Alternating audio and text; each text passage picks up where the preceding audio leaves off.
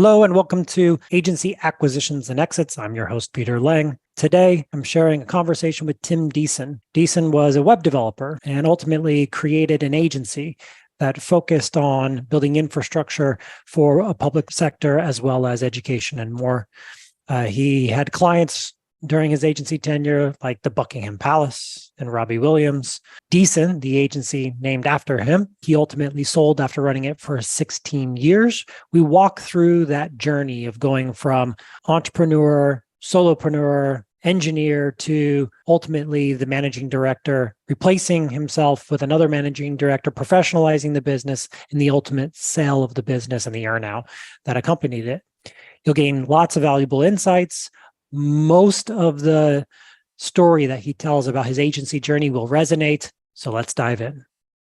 Tim, give us some of that background, some of that origin story that so many of us as agency owners or former agency owners will appreciate.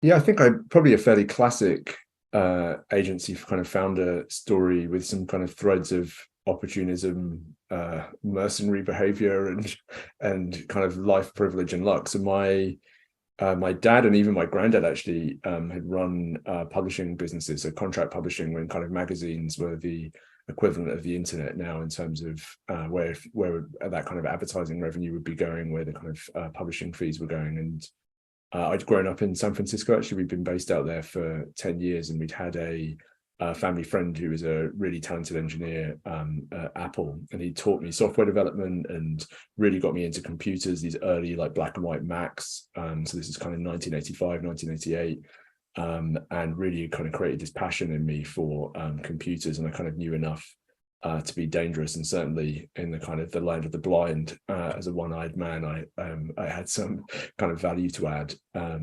And back into the UK, some of my dad's kind of customers, these publishing customers, had started asking for websites effectively, and they'd just this kind of 2001, people were just starting to say, actually, yeah, you know what, we need a website. We're not exactly sure what it's going to be for, but so-and-so, you know, competitor X has a website. I really feel like we should have one. And this was kind of dial-up days and stuff, and really just started kind of putting those skills together and building out from there. So it was effectively kind of a summer job before I went off to university, but it took off so quickly, and I was so interested in it that I kind of put university on hold. So I was probably about 18, 19 at this point, and said, just come back from a year of backpacking actually, and said, yeah, it's time to, whatever this is, as an opportunistic, incremental opportunity, off I go.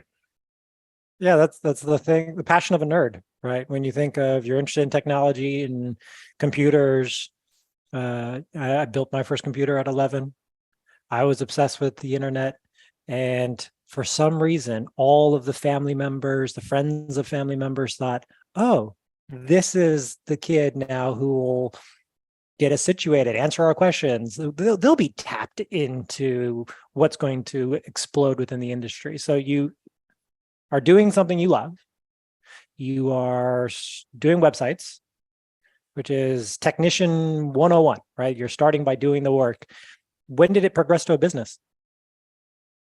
So I guess, I mean, it was really, as you say, so I added a graphic designer. So actually we had a print designer, obviously from the publishing business. And the first thing I realized, that as a kind of a classic nerd, is my visual design. I didn't really understand what typography was. That quite quickly, even this is in the kind of Adobe Go Live, you know, web browsers were super basic now, and there wasn't really much that would count as good design happening on the internet, but it was starting to become a factor, and layouts and visuals and images. And so I managed to kind of poach a traditional kind of Quark print designer from the publishing side of the business, and then me and him were working on these websites and developing, and it was really I was super happy to be doing it because I was really passionate about the technology. It was a great opportunity to get my hands on equipment that I wouldn't have otherwise been able to afford or had a reason to have. So I was like learning all the time. The industry was evolving obviously super quickly, and changing and really kind of exploding around that time.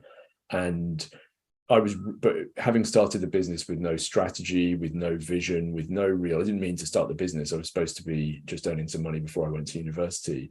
It really took a long time to kind of grow and evolve in a structured business way, because I was really just literally making it up as I went along and just waiting for someone to need something and delivering that. And it was only kind of by adding additional developers and then a project manager, really we started to kind of have the structure of what maybe a more traditional kind of functional team would be, where different people were playing different roles. And I was starting quite quickly, unfortunately, in some ways, to only spend time on the business and less on the technology.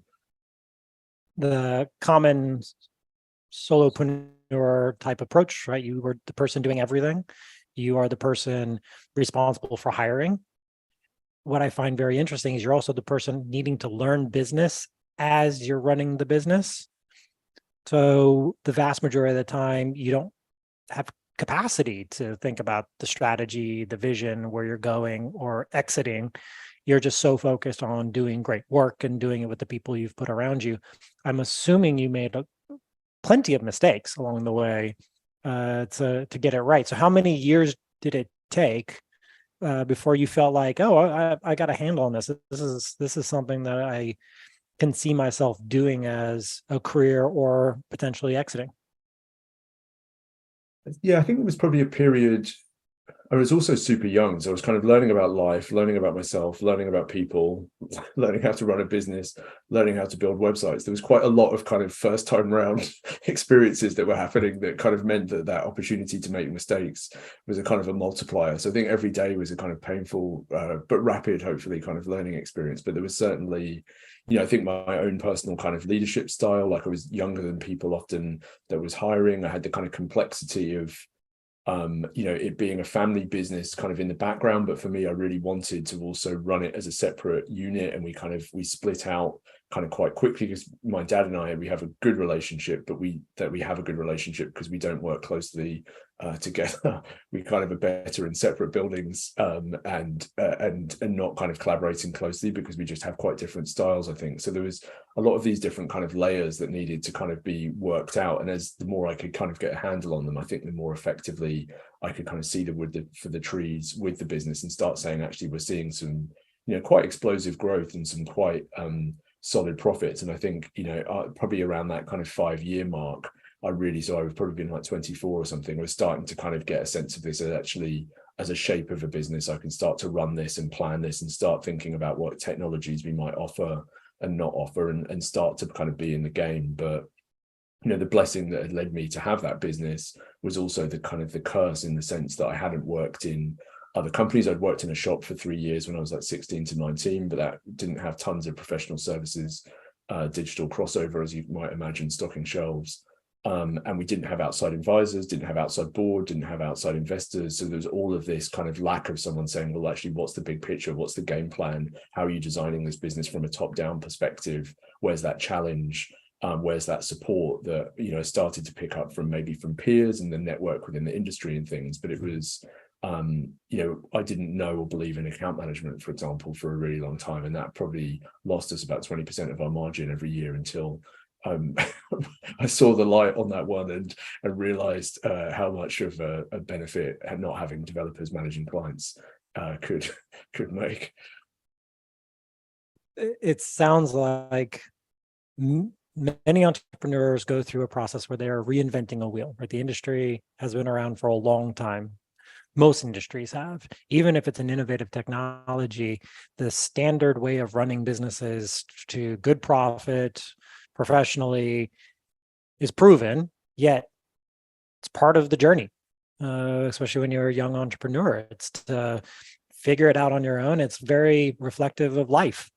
Right? As a young person, trying to define who you are, especially when you have a father and grandfather who've been in the industry or similar type of industry, you have to forge a new path. What year was it when you started saying, I don't know enough, I'm going to start learning, I'm not going to touch a Drupal website ever again, I'm not going to do anything again that is on the client service side? When did you make that conversion of saying, I'm going to solely focus on the business, I'm going to get better at building a business, I'm going to bring in the pieces I don't have? What year did that start happening? So it would have been kind of 2007, I think, and it was forced in the sense that I was used to being the kind of nexus of the business and kind of being the project manager, account manager, CTO. Every piece of the business was kind of running through me as a central point, and there was a point I remember, or a period where steam was just kind of coming out of my ears. I just couldn't hold the picture anymore. I was terrible at delegating, terrible at kind of empowering kind of autonomy, all of these kind of classic kind of 101 leadership mistakes. And that was really that breaking point where I was like, actually, we need to have and we later kind of experimented with self-organizing teams and all sorts of, we really kind of dug in. And in the background, I was studying a degree. So I was doing a distance learning economics and software engineering and systems thinking degree to also just start to bring in. I was really conscious in a way that I didn't want to kind of get stuck in this bubble of my own making, and really introduce some kind of new ways of thinking and try different kind of methodologies, because I was kind of very conscious of the pain and starting to have the self-awareness to realize that, as you say, in the wider world, some other people might have both had these pains and also solved them. Got stuck in your own bubble. Well, that makes a lot of sense, Tim, because what you feel is necessary for you to build an organization are all things that ultimately can trap you into that organization.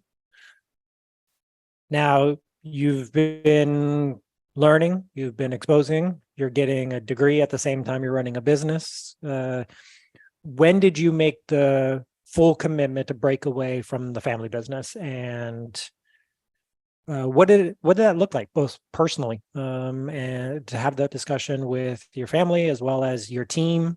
Because now, instead of being a part of a bigger system, right, they are believing in what you've set out as a mission for them. What'd that look like?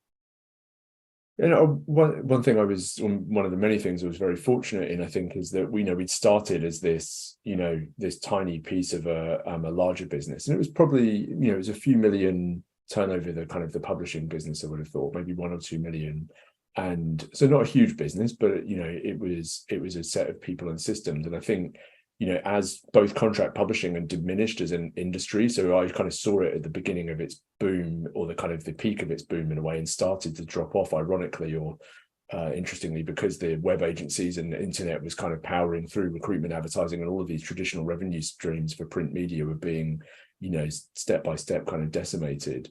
It really, as the agency got bigger and bigger and kind of larger, and was the kind of the rapidly growing piece of the business, it almost the roles reversed in a way where the publishing business ran for a much longer period successfully afterwards, but it was still this tipping point where it was important to me, I think, to have my own destiny and control, and also for the team to not feel there was this kind of the power and the structure and the dynamics and even the culture, actually, both on a father-son level, but also as a are we run like a 20-year-old publishing company, or are we run like a 3-year-old internet business, and just who we attracted and how and what was right for one culture and another. And it was, my dad was always actually very, very supportive of saying, well, you need to make your own destiny as far as that goes, and you need to do what's right for you, and really only enabled and pushed almost that distance to be allowed, and really never felt any sense of competition or threat or anything, which was hugely important, obviously, because it could have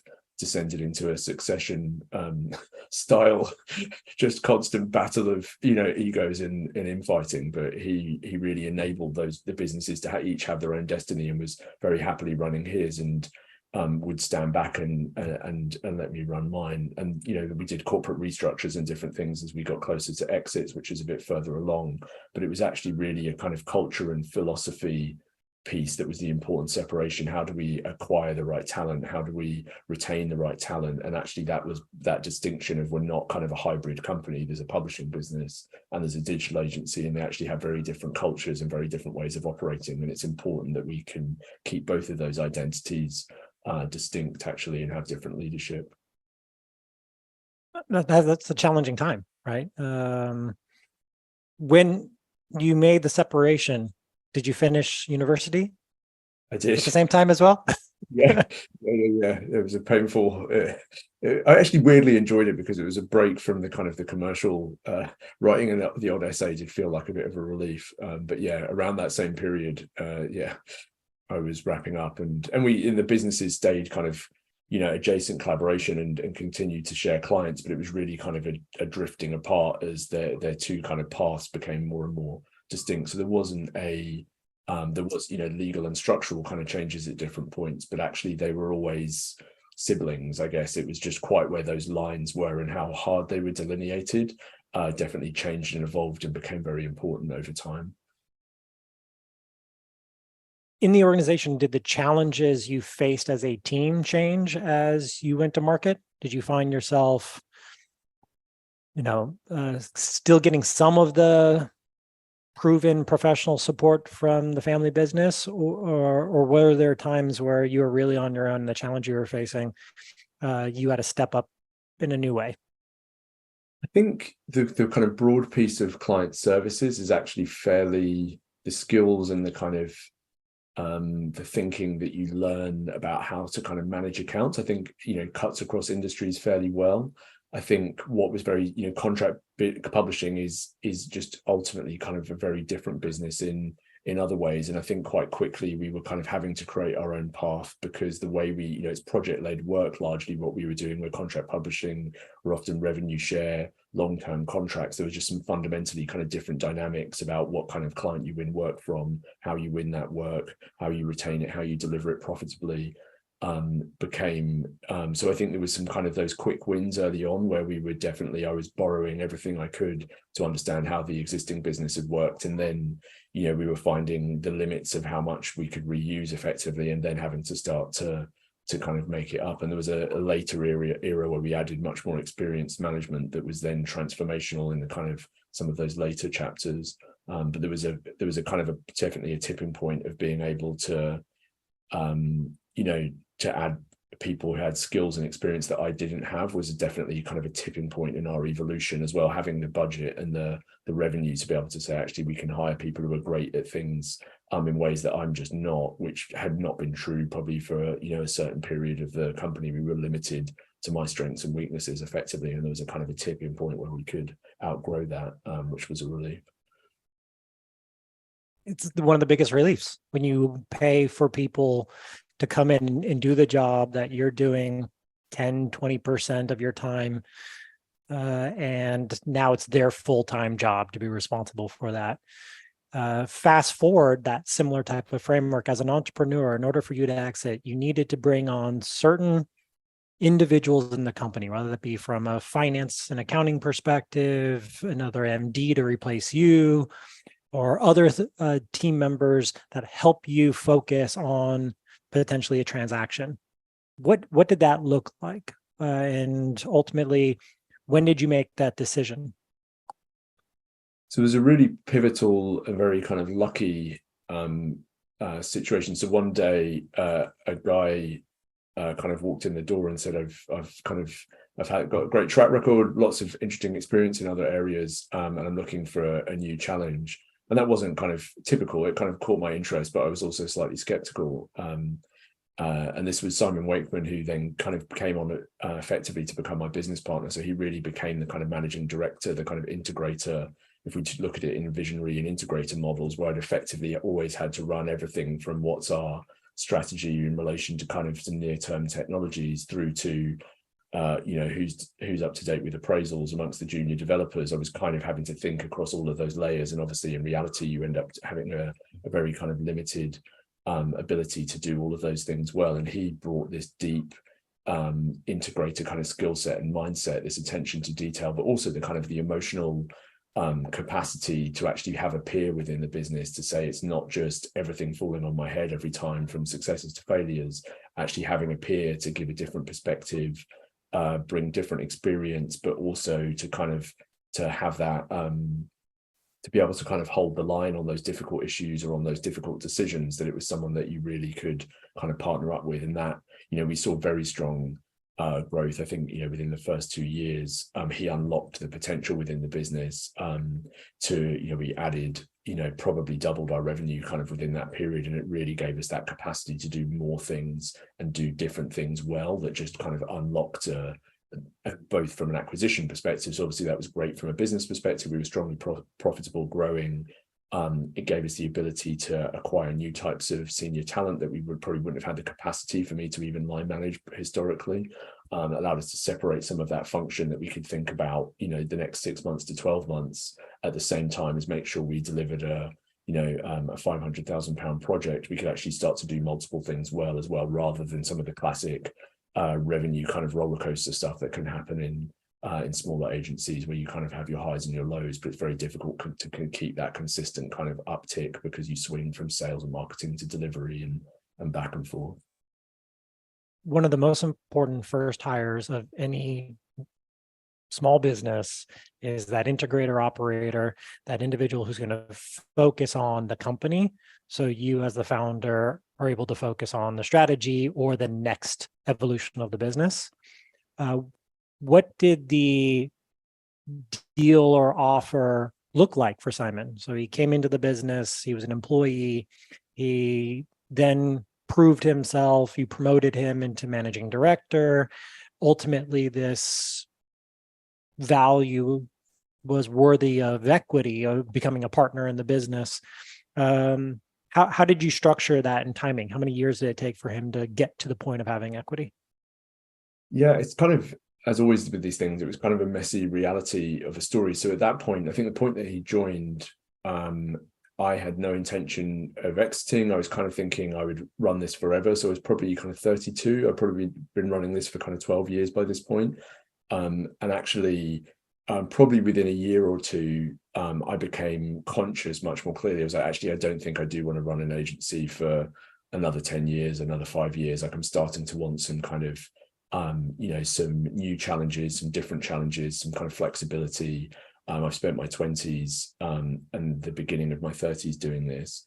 And he, with a lot of goodwill and trust, he was also not looking to join kind of on an equity basis. So we really didn't have like a strong management options and equity model built into the business, partly because it had been a very kind of mutually opportunistic, let's just see what happens and how it works, which we hadn't been a big kind of coming together. I think that was the first work he'd done in the private sector for a little while. I think he put together kind of a 70-person public sector comms team or something, so he had tons of management experience, but he hadn't been in a commercial role for a few years. And I think he was, testing out me as much as I was testing out him to say, is this guy kind of legit? Is it going to be fun to work with? Is this some crazy family business and some crazy agency? And I'm going to be here for 2 months and run for the hills. And, I'm very, very fortunate that we had a very strong, high trust relationship that we never could really pin down what this equity, partly because I wasn't planning to exit and partly because it wasn't really clear what this kind of equity structure was. And as it became clearer that exit was the plan, we then rolled the equity up into that deal and we could give management options kind of under some of the UK terms that allowed that to happen. And he really ran the agency during the earn-out. So I made sure he was heavily incentivized and had a really strong upside in the acquisition, that then I could pursue the second business that I'd started in parallel. And he was motivated and incentivized and rewarded to run the business through, as effectively as CEO, and there was a new MD underneath by that point. So it was more fluid than the textbook would, I think, indicate was good practice. I think both of us kind of came out of it very happy, and it did work well. But I was very conscious it could be really tricky to put narrow specifics around some of these equity structures when it's a fluid or kind of evolving or novel situation. If you kind of set up day one, 0 revenue, 50-50, that's one thing. When different people are bringing different assets to the table, and some of these things are kind of fluid in their evolution. And he started as a marketing director, I think, so it certainly wasn't offering him significant percentages of the company as he walked in off the street at that point. And then that evolved kind of a long way. So kind of a messy but one situation, but one that worked out well in the end. When you look at someone who you have a great trusting relationship with, someone who you ultimately are putting your earnout behind, spending amount of time getting to know each other, working through hard situations, growing the business together, naturally expanding that relationship over time is one of the most important bits for you to not have the concern or not have what's typical, which is a loss of enterprise value after a deal and your earnout diminishes. So you did the thing that most entrepreneurs need to do. You found someone who can run the business, and you didn't have to give up equity because you're able to think through an economic mechanism that is built into the deal. So this is a great time to talk about how did at the time they're called the Planopy. How do they find you? And what did that process of identifying you, what they like about you and your team look like, and how long did it take? So I started to kind of become clear that it was definitely, I was kind of ready for another professional chapter. The second business had kind of started taking off, and I kind of thought, actually, I've done all of the things that I'm super excited to do with the first business at this point, with Deeson, the agency. And so through network, over that time, I'd built up a really strong kind of set of relationships with other agency founders and owners, which have been always a great support group, because it can be a lonely, difficult, challenging place. Obviously, running these businesses, you've got the demands of team and the demands of clients, and you can certainly I felt sometimes like the kind of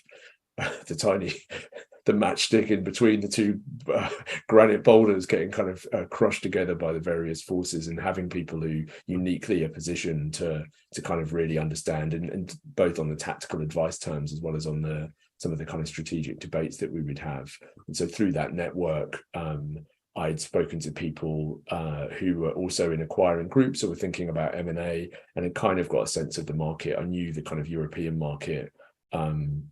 We were primarily a Drupal agency doing kind of design and build, so there was kind of a structured market for who some of those acquirers might be, and we were slowly kind of smoking out where we thought there might be a good fit and what kind of deals might be on the table. And I'd had a few close friends who were also starting to think, or were being kind of founder members of the Panoply, and that kind of started to become a kind of a natural choice, both in terms of knowing some of the players involved, but also there being a deal that was a good fit for what we were looking for. So it was kind of a process of kind of sifting through, I guess, my network. We've had M&A advisors and different people at different point, but I really found actually it was the network that I had of, whether that was people on our current board at that point or kind of other peers and founders, was they had a fairly kind of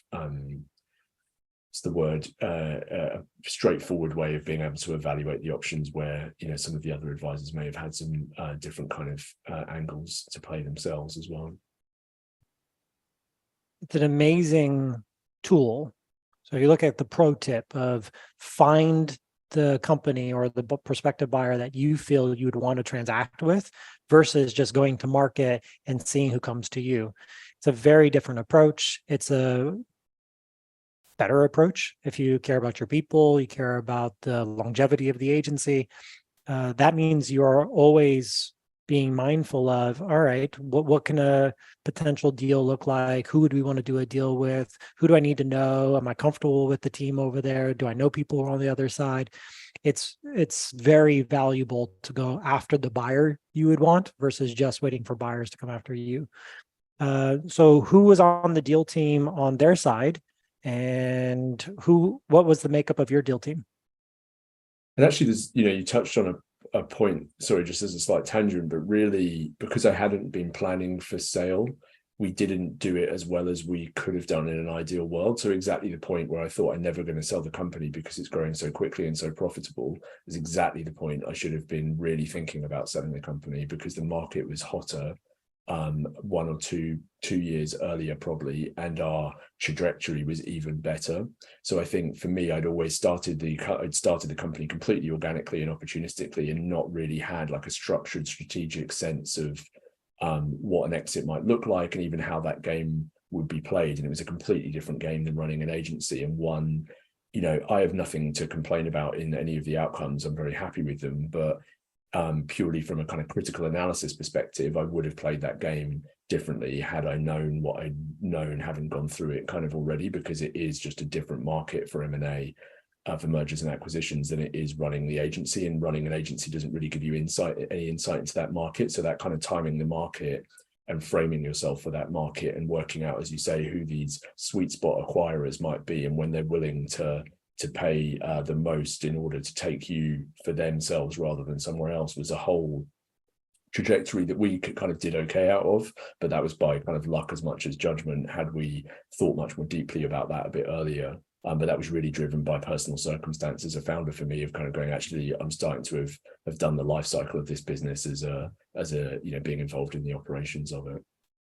And most companies aren't built with the end in mind, and working backwards from there, thinking, who, if I'm going to create a company, who would ultimately buy me? What would they want in my business? What do they need us to contribute? What would be my role in that new organization? What do I have to put in place not to stick around after doing the transaction? When you begin with the end in mind, you're able to then say, I'm going to build this with a purposeful intent to fit where I want to sell it, right? And ultimately, you found a good home and you're happy with the deal structure, but there's a lot of lessons learned. When you transact with a business, you want to sell them your upside. And oftentimes when we speak to owners, it's going so well that they want to hold on to it until they've reached some unknown future state where it's at the pinnacle ready to transact. And as it happens in your case and many, oftentimes you can miss that timing window and lose substantial enterprise value in your transaction, or be condemned to post-deal earnout to show and prove that the performance of the company is going to be there. So when you're ready to transact, should always be at any given moment, and you should sell the upside of your business and not be attached to it. So you've got this timing for the deal. Who did you recruit from your team to be involved in the discussions about the acquisition, about the deal? And then who did you interact with specifically on their side that helped, get you over the line? Yeah, I don't know how usual. I don't think it was completely usual how I approached this. So I was very, very conscious that I didn't know if this deal was going to happen, and I didn't know if we wanted this deal to happen, definitely, if the terms were going to be attractive enough. And so I really wanted the day-to-day business to continue operating with as little emotional or practical impact as possible. And, people had worked there sometimes since the day practically since the day I'd started it. People had been there 5-7, years. And I was really conscious that it might be send a kind of a bit of a shockwave effectively through people to kind of say, hang on, I thought this was kind of going to be here forever. It's part of a business that was founded in 1952 or something. Like, I wasn't expecting there to be a sale happening this quarter. It was not kind of, it wasn't the cut and thrust of a different market.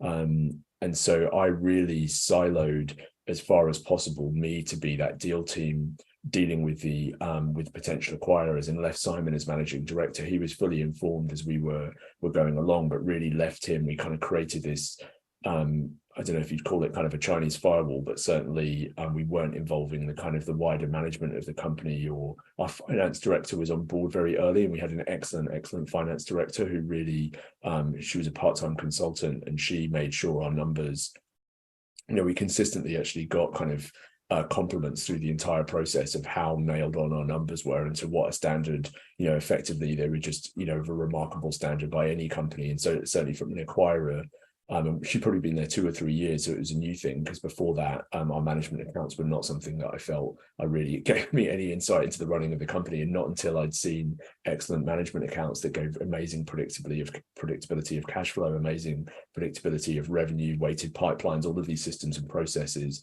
that obviously didn't exist when I started it at 19, and we kind of grew into absolutely needing. We really could then give them great data and great kind of pack information. So it was, Simon was being involved to some extent, the finance director to a degree with me, but I was really leading the kind of primary discussions, because I really wanted to shield the wider team. Partly selfishly, I didn't want people to be disrupted or thinking about, going for other jobs or wondering what this all meant until we were really, really late. And our acquirer was actually a public company, which meant we also couldn't actually, there couldn't be wider knowledge of the deal due to the impact on trading and insider information and everything. So it was a bit of a kind of cloak and dagger process on the Deeson side, on the agency side. And on their side, we were dealing with the group CEO, the group CFO, kind of primarily with a kind of the bones and the meat of the deal. What's this going to look like from an integration perspective, potentially? What does this look like on a practical day-to-day perspective? What do the numbers look like? And that meant they could, shape that from a kind of heads and terms, but also from a kind of, is this a business we actually want to acquire in kind of soul and spirit? And they had some advisors and some different people who'd also I'd known through my professional networks and things as well. So they had some extra kind of visibility and ways of kind of getting a sense of the business. But it was a kind of a slightly and a very stressful kind of process, because you're trying to put this deal together while keep making sure that kind of the main business keeps on running, because it's absolutely the point where you don't want your numbers to go off the boil kind of whatsoever, and you put huge amounts of effort into putting these deals together and speaking to multiple parties, not knowing whether any of it will drop or not. So it definitely feels like you're kind of juggling chainsaws at some point. What was the heads of terms that you ultimately accepted? Because that had to be exciting. Your first true offer, you're looking at it, you maybe countered back and forth slightly, had some discussions. What was that structure? And then did that structure hold through to the definitive documents, the purchase agreement? So there was quite a lot of shifting around. So we were kind of on an EBITDA multiple, and we did adjust. I'm trying to remember actually some of the reasons we did adjust, because there was two different earnouts in the end, and we were on a 2-year earnout, which was on an EBITDA multiple. Because we were part of this larger operating group, there was definitely, again, another layer of the kind of machinations of what's carved in and out of EBITDA. So earnings before interest, tax, depreciation, and amortization. So, kind of a fairly technical term that ends up having kind of 10 pages of legal guidance of exactly who's in what, the group profit, our profit, subsidiaries, collaboration. And this was a brand new AIM-listed public company. So they were also brand new at all of these things themselves, and trying to work out how they were going to get all of these agencies collaborating and working together. How were they going to share sales and marketing or not? Whose bottom line and top? There was quite a lot of kind of moving parts, and trying to get that done in kind of deal terms on top of the actual kind of legals. And we had a great lawyer who was incredibly experienced, a woman called Jo Evans, and she was really, very, very experienced, and really could guide us through the heads of terms in terms of saying, these are terms that just doesn't really matter. These are kind of warranties and limitations and liabilities that really do matter. You need to make sure you actually properly understand some of these things. And these things, they're in there for boilerplate. You can spend £5,000 on my hourly rate arguing them out, but to be honest, in 20 years, no one's ever sued over clause 17.4. So I'll just save your money and take the risk, which meant our legal fees were actually incredibly, they were 10% or something of some of our peers, because she could really give this strategic advice, this very pragmatic advice about, these are things that are worth fighting about, and these are things that aren't, which really had a direct impact on the legal bill that we had in the end as well. How many components did it have? Did it have a cash component? It sounded like it had an earnout, and this is a publicly listed company. So assuming they did some rollover equity or paid in the form of stock options? Yeah, so we had, I'm trying to think it through now. So we had, we obviously took the kind of the net asset value of so we built up kind of a significant amount of cash actually in the agency, which obviously all came with us. So there was the kind of initial cash payment, and then there was a roll up of that kind of a month or two after the deal. And then the majority was in this newly formed public company's stock. So we were a smaller agency, and I think our terms weren't quite as good as some of the ones that were kind of in the $1 million+, $2 million+ EBITDA. We were kind of at the bottom end of the size of agencies. So we were probably $2 million+ or something at that point in revenue, and probably 500K, 600K EBITDA. And we couldn't get kind of quite as good terms on some of those things. So we had we had a larger component of our earnout was going to be paid in stock over that period of shares being issued over those 2 years, compared to some of the agencies had a larger cash component kind of up front as well, which is, again, actually understanding the structure of the details of how that kind of the price is effectively going to be paid is nothing really running an agency kind of prepares you for that. And it's definitely worth having some good solid, because all of the the nuances and edge cases and kind of combinations of these factors is something that is kind of technically pretty complex. You're not really, without a corporate finance kind of professional, you're going to struggle to really understand quite how that plays out in reality as someone, if you've not been through those kind of terms before. And obviously how much influence you can have on those terms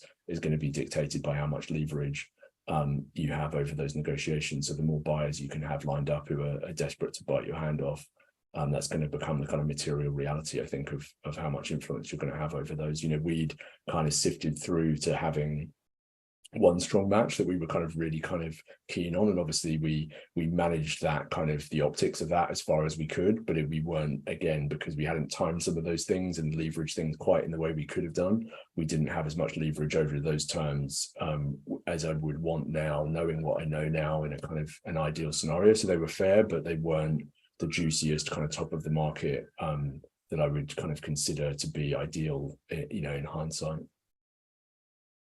And they're also acquiring you for a very niche contribution to the group, right? Drupal project websites, kind of specific, very measurable contribution to an overall business network, the potential for cross-selling and compatibility across the network. It made sense from a narrative. What was the expectations in your stock? So they're paying you in the form of equity in this publicly traded company.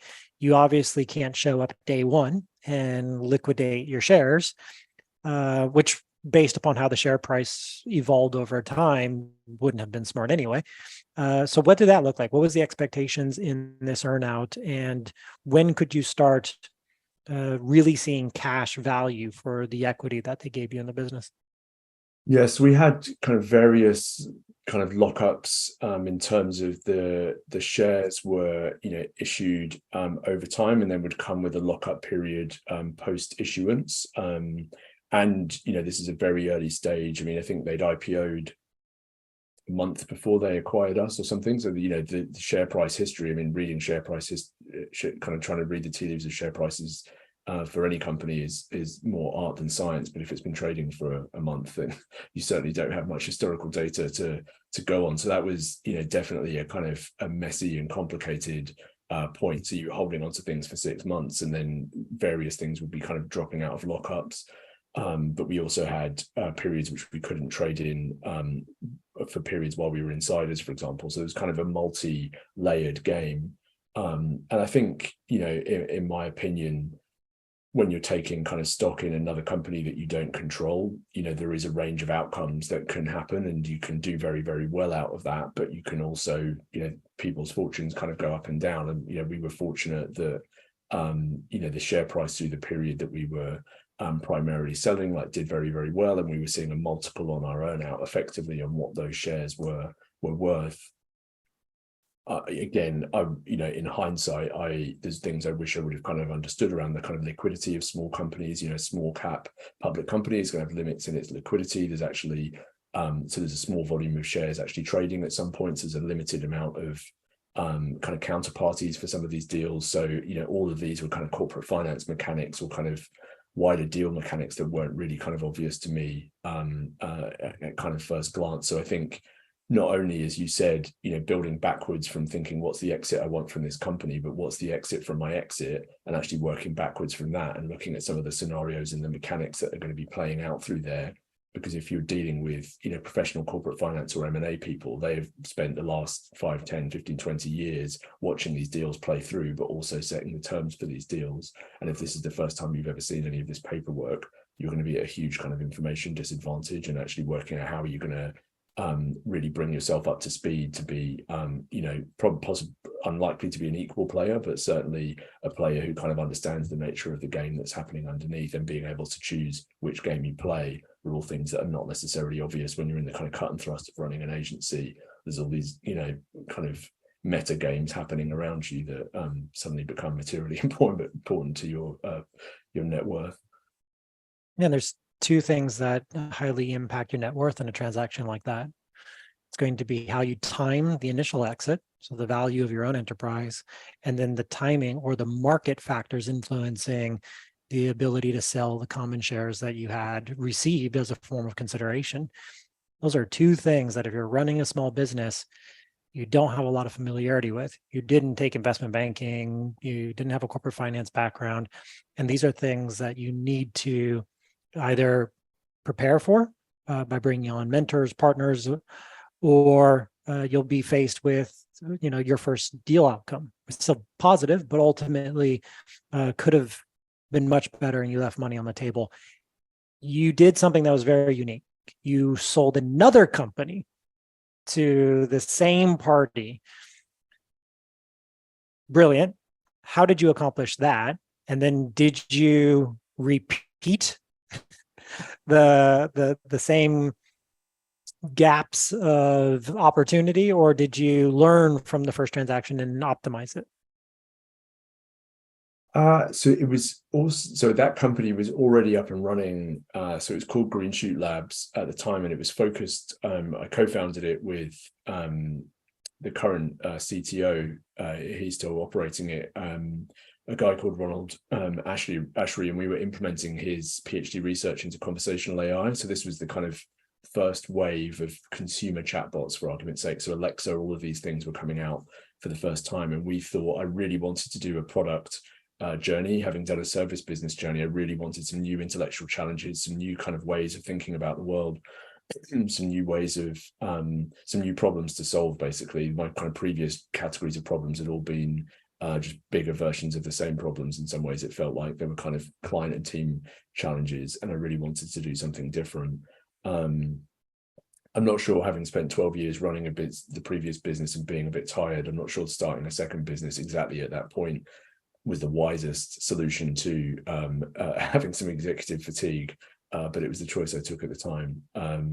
And we were starting, so we had kind of two lines of service. We were doing some product development and some consultancy, basically. So we were helping build businesses understand this new field and help them build platforms there. And we were also building kind of most memorably Slack apps and Slack bots. So we kind of had this hypothesis around the Slack App Store was going to be as big a market as the Apple App Store had been, and Slack was making a big play of this. They had $100 million venture fund to kind of fund companies exploring into this space, etc.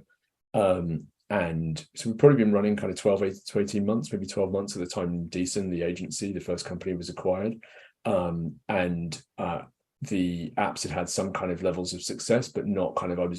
Became very clear to me quite quickly this company was going to need sustained investment over a period. The market kind of hadn't got as hot and as large. There was lots of the bubble in there, but there wasn't a lot of the kind of the revenue and the deals weren't kind of coming together. And I bankrolled it from Deeson up until that point, and I was also didn't have Deeson throwing off cash to me directly in the same way. And it was also going to have gone through personal tax rather than kind of company to transfers, which it had been. We took the decision that actually this Europe wide public company was going to be in a good place to kind of pursue this new venture effectively in this new market, and that would give us some greater access to clients and strategy and some new strategies, and really kind of the group acquired it on the basis of being able to grow it as rapidly as we could through that kind of 2-year period. So it was quite kind of an unusual earnout, very kind of earnout weighted, because it really had not huge amounts of revenue within it as a company, but it also had this huge potential because the market was kind of exploding around it. And that earnout then became focused on product rather than service. The service bit rolled into the group, and the product company then exited the group. So, I mean, it's as much of a kind of a corporate journey as you can imagine. I'm not sure what lessons there are to take away from that, apart from it has many chapters, that story. There's a good lesson in that, meaning every time you do a transaction, you open the door to a new relationship with someone you can do something with in the future. And what's really interesting about the way you structured that was you essentially incubated a company, and through the relationships of your first transaction, we're able to place that egg, this new idea and this concept of a business, in a larger system that could then fund and accelerate its growth. If you were to rewrite history to only talk about the positive bits, you're a genius, right? It probably felt a lot more fluid and more natural as you were doing it, but it's technically one of the strongest tactics, which is you're understanding you've tapped into a capital partner who you can bring ideas to. And this is the next stage of your life after the agency and after the journey. And that's a very important part of selling a business, doing something next. We talk about people having post-deal depression, not really knowing what the outcome is going to be if they sell. You've been in the business for 12 years. You had almost a side business project that was, drawing your interest, but ultimately you knew what you'd be doing after you sold. And thus it made it easier to actually transact at the end of the day. If you were to summarize this journey of transactions, especially from the service agency side, what would be the key lessons that you now share with owners who are facing similar opportunities? I think your earlier point about kind of plan backwards from that exit, I'd always built the business kind of incrementally, week to week, month to month, quarter to quarter, and I didn't really have the awareness of I'd always thought I don't want to exit now, and therefore I don't need to think about exits. And that was a kind of a naive mistake that definitely left me much less prepared than I could have been to manage that kind of event and create as much value out of the company that I'd spent, over a decade building. So I think really working backwards from always, as you say, keeping that plan on your desk of what would an exit look like now? Who would it be to? How would I optimize the terms? Who's selling? Who's buying? What's the kind of patterns here? So you're really, you've got the business that you're running, but you're actually part of a wider market wave that's coming and going and has peaks and troughs. And you should really be able to plot yourself on that market wave, and you should be timing that wave so that you're right at before that peak so that people are buying into that kind of future potential, and you can really capture all of the anticipated value in the business that you're running at that point. And that whole game just really, it never kind of crossed my door for various, reasons. And I really wish I'd, had that opportunity to understand it. I had great advisors towards the end, and we were starting to play that game, but it was as much my own inward looking, how do I keep growing this business, was always my kind of day one, number one headline. And actually planning for exit, even if I didn't emotionally feel like it was the right point and to do it, it was only really, I tapped into actually, I'm ready to do this now. And that meant it was a shorter kind of run and not as well timed a run as it could have been. Tim, thank you so much for sharing. You have, If We Raise, is the company that's, I got probably 20% of your time, 100% of your time. It's got a range of support from you. And it's a noble cause, platform helping founders, successfully raise, from industries and individuals who are challenged at raising. Maybe you can give some quick context to If We Raise and let people know where they can reach out to you. Yeah, thank you. So If We Raise, really, I started doing more and more advisory work after those two exits, and I really started understanding kind of these playbooks about starting early stage companies, particularly kind of digital product businesses.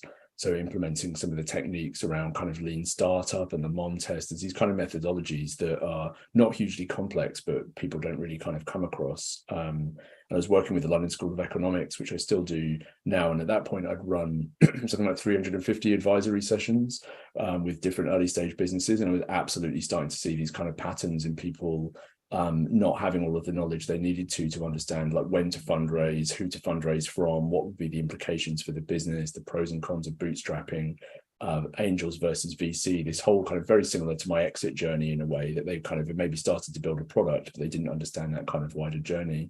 And I particularly saw, underserved founders, by definition, didn't have access to kind of capital and resources. So particularly from a socioeconomic mobility perspective, if you didn't come from a background, I'd had this huge privilege of watching my dad build a business. I could ask him for advice at any point, but some of my big part of my success was circumstantial. I worked hard, and I'd like to think I'm kind of average smart, but some of it I was given the opportunity to run a business. And If We Raise was really to give some people that kind of knowledge and access to some of those same tools and some of those same networks, so that they have that same opportunity. So I run it with a co-founder.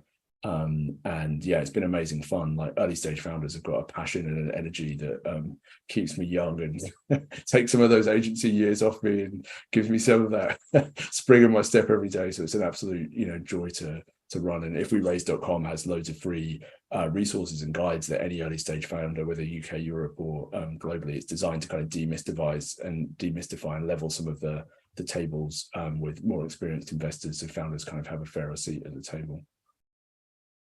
A noble cause, creating positive impact. Tim, appreciate the time. Thank you for joining us. No, my pleasure. Thank you for having me. Again, thank you for listening to Agency Acquisitions and Exits. You can follow us on Spotify and YouTube. We post videos and sharing stories from industry experts on how they sold or acquired an agency. If you or someone you know should be on the show, or to talk about their agency journey or their exit story, email us at info@agencyacquisitionsandexits.com.